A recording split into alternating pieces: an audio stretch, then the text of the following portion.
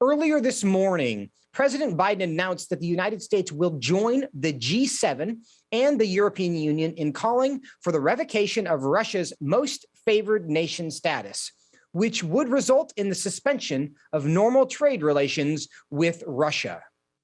Revoking PNTR for Russia is going to make it harder for Russia to do business with the United States, and doing it in unison with other nations that make up half of the global economy will be another crushing blow to the Russian economy. It's already suffering very badly from our sanctions. Joining me now to talk about the latest response to Russia's invasion of Ukraine from the White House and from Congress is U.S. Representative Michael Guest, who is a member of the House Committee on Homeland Security, the Committee on Ethics, and the Committee on Transportation and Infrastructure. He represents the 3rd Congressional District of Mississippi. Congressman, welcome back to Washington Watch. Joseph, thank you for having me on this afternoon. Well, it's great to have you. What's your reaction to President Biden's announcements this morning? You know, I think the president is doing what really all Americans want, which is to continue to increase economic sanctions on Russia. We saw that those sanctions started off at a very low level, but as we have seen things escalate in Ukraine, we have seen that the sanctions put in place not only by America, but our allies continue to put an economic strain on President Putin, on Russia. And our hope and our prayer is that these sanctions will be enough for President Putin to pull his troops back and for us to once again see peace on the European continent. Congressman, a lot of people would see this invasion of Russia as essentially a capital offense immediately. But clearly, we have taken the position that we're going to roll these sanctions out, it seems. We didn't do everything we could on day one, that every few days, the Biden administration announces more sanctions, more measures to deter Russia from what they're doing. Why is that? Why didn't we do everything at once? You know, I disagree with the handling of the sanctions by the administration. I think that we should have implemented sanctions sooner. We should have implemented sanctions throughout the course of the buildup. And then once the Russians crossed into Ukrainian territory, I think we should have seen maximum pressure exerted by the sanctions. That was not the course of this administration. This administration instead chose to take a path in which sanctions would gradually increase. But I think we are to a point now to where there are very few sanctions left that we can impose upon President Putin, that we can impose upon Russia, and that we are seeing that the sanctions are beginning to impact the Russian economy. Well, we certainly hope it is going to have an impact, not necessarily on the Russian people, though it certainly will, but primarily on Putin. But yesterday, Senate Republican leader Mitch McConnell suggested that throughout this situation, the Biden administration has effectively been leading from behind. Here's what he said. Let's play clip 5. It repeatedly seems like the administration's first instinct is to flinch, wait for international and public pressure to overwhelm them, and then take action only after the most opportune moment has literally passed us by. What's your reaction to that? You know, I agree completely with the leader that we had opportunities very early on to be very aggressive against Russia. This administration chose to be very cautious. They chose to negotiate with Russia when we knew that those negotiations were not going to produce anything tangible. We chose not to institute any sanctions prior to Russia rolling troops into the Ukraine, even though it became clear to the intelligence community and to the public at large that this is what President Putin intended to do. So I do agree that we have been playing catch up, and many of the sanctions that we have imposed are only because we have seen President Zelensky appeal to the American public, appeal to members of Congress and the White House. And so we are acting very retroactive. We're not being proactive, we're being reactive in the course of our sanctions. And so I do agree with the leader based upon the comments that he's made. Now, you have also been involved. I want to switch gears for a moment to the Iran nuclear deal and its effect on Israel. You've recently met with Israeli leaders. You've heard their concerns about that deal that the Biden administration has been negotiating for most of the year. What have they expressed to you their concerns are?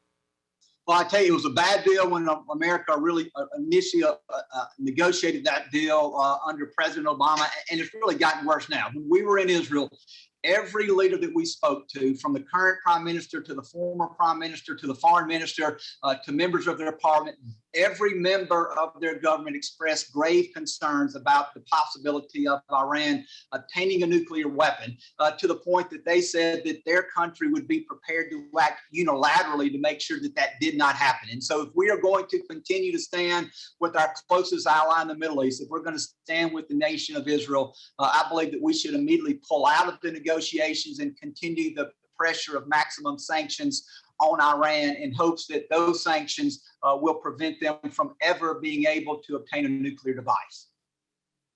Now, you expressed your interest in pulling out of those negotiations, but there seems to be this sense that the Russian invasion of Ukraine is essentially forcing us out of those negotiations. What impact is this having? I think it is putting pressure on the administration. But what we've seen is that the Russians have now gotten involved in those negotiations, and the Russians are trying to use our negotiations with Iran to help prop up their economy, to make sure, because the Russians feel that if we are able to reach an agreement, and if Iran is able to then legally pump oil into the free market, that it is going to further impact the sanctions that we're seeing in Russia. And so there is that ongoing dynamic in the fact that the Russians are involved in these negotiations. And I believe that the best thing we can do is we can walk away from the table. If we're talking about energy independence, we need to be energy independent at home. We don't need to be dependent upon Iran, upon Russia, upon other nations of the Middle East, and upon Venezuela to meet our energy needs. Energy security is national security, and we must be able to meet those needs at home. Would the Iran nuclear deal mean that we are purchasing energy from Iran? It would open up their ability to sell oil on the free market. And so it would ultimately lead to us being able to purchase, not only us, but Europe, nations around this world being able to purchase our energy from Iran. And so we would be sending money to Iran to prop up what is really nothing more than a dictatorship. We'll be sending money to a nation that refers to America as the Great Satan, where they march in the streets saying death to America. These are not the nations that we want to be able, and the nations that we have to do business with. So I think it would be a grave error for America to continue with the negotiations. And I think it'd be very unwise for us to purchase Iranian oil on the free market if they're once again able to turn the spigots on. We're talking to Representative Michael Guest from Mississippi. And Congressman, wouldn't it be duplicitous of us to be putting sanctions on Russia because we don't want to fund their war effort on Ukraine, but at the same time buying energy from the Iranian government? The energy policy of this administration really makes no sense. Instead of us being an energy independent nation, which we were under the former president, what this administration wants to do is we want to allow nations such as Iran, Venezuela, Russia, nations from the Middle East, really to hold us hostage. We have the ability through the oil and the natural gas that is here in our country to be able to not only be energy independent, but to be a net exporter of energy. We need to drill American oil. We need to refine American oil. We need to buy American oil. But what this administration has done, because they have capitulated to the progressive left of the party, they have held us hostage to many of our nations, or many of the nations internationally that hate America to meet our energy needs. Do you think the American public is beginning to figure this out, that they're being forced to choose between buying energy from Texas or from Iran and Russia? I think that this message is finally beginning to resonate with the American public. We have seen gas prices begin to increase the very day that Joe Biden took office, when he canceled the XL pipeline, when he refused to open up drilling on federal lands, when they have held many of our pending pipeline requests outside of XL hostage. And the prices have gradually gone up. And now that we've seen this international crisis, I think Americans are paying attention, and Americans now understand that there is a national security interest in us being energy independent. And so I believe that the American public is going to call upon this administration, call upon the Democrats that control the House and the Senate to once again allow us to produce that energy domestically. Let's create American jobs. Let's make sure that we're keeping that money here at home, that we're putting food on the table, the American workers, and we're not putting money into the pocketbook of President Vladimir Putin from the leaders in Iran, the leaders of Venezuela. We don't want to fund those nations that are anti-American and that hate our country. Congressman, I think the case for anything else is becoming weaker by the day.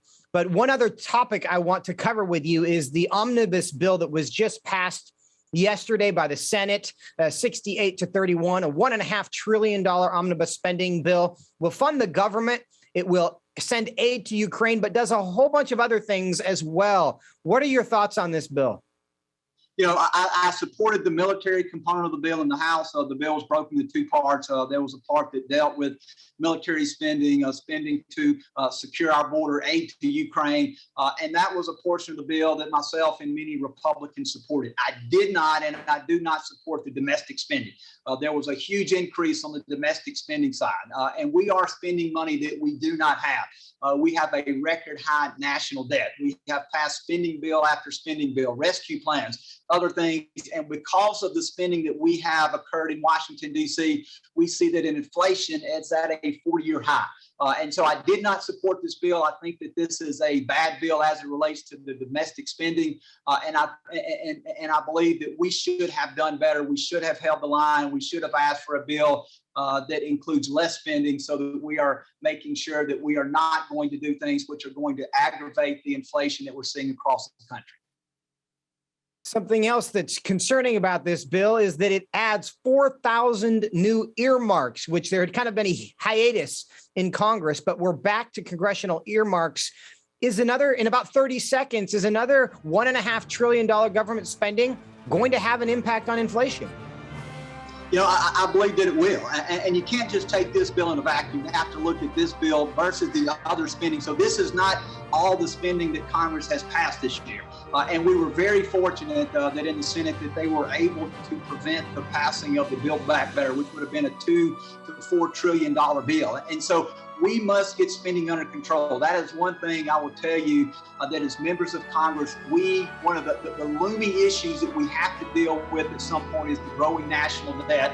And the way to address that is not to increase spending in Washington, D.C. Congressman Guest, we are out of time. It's a hard break. Thanks so much for being with us. Yes, sir. Thank you for having me.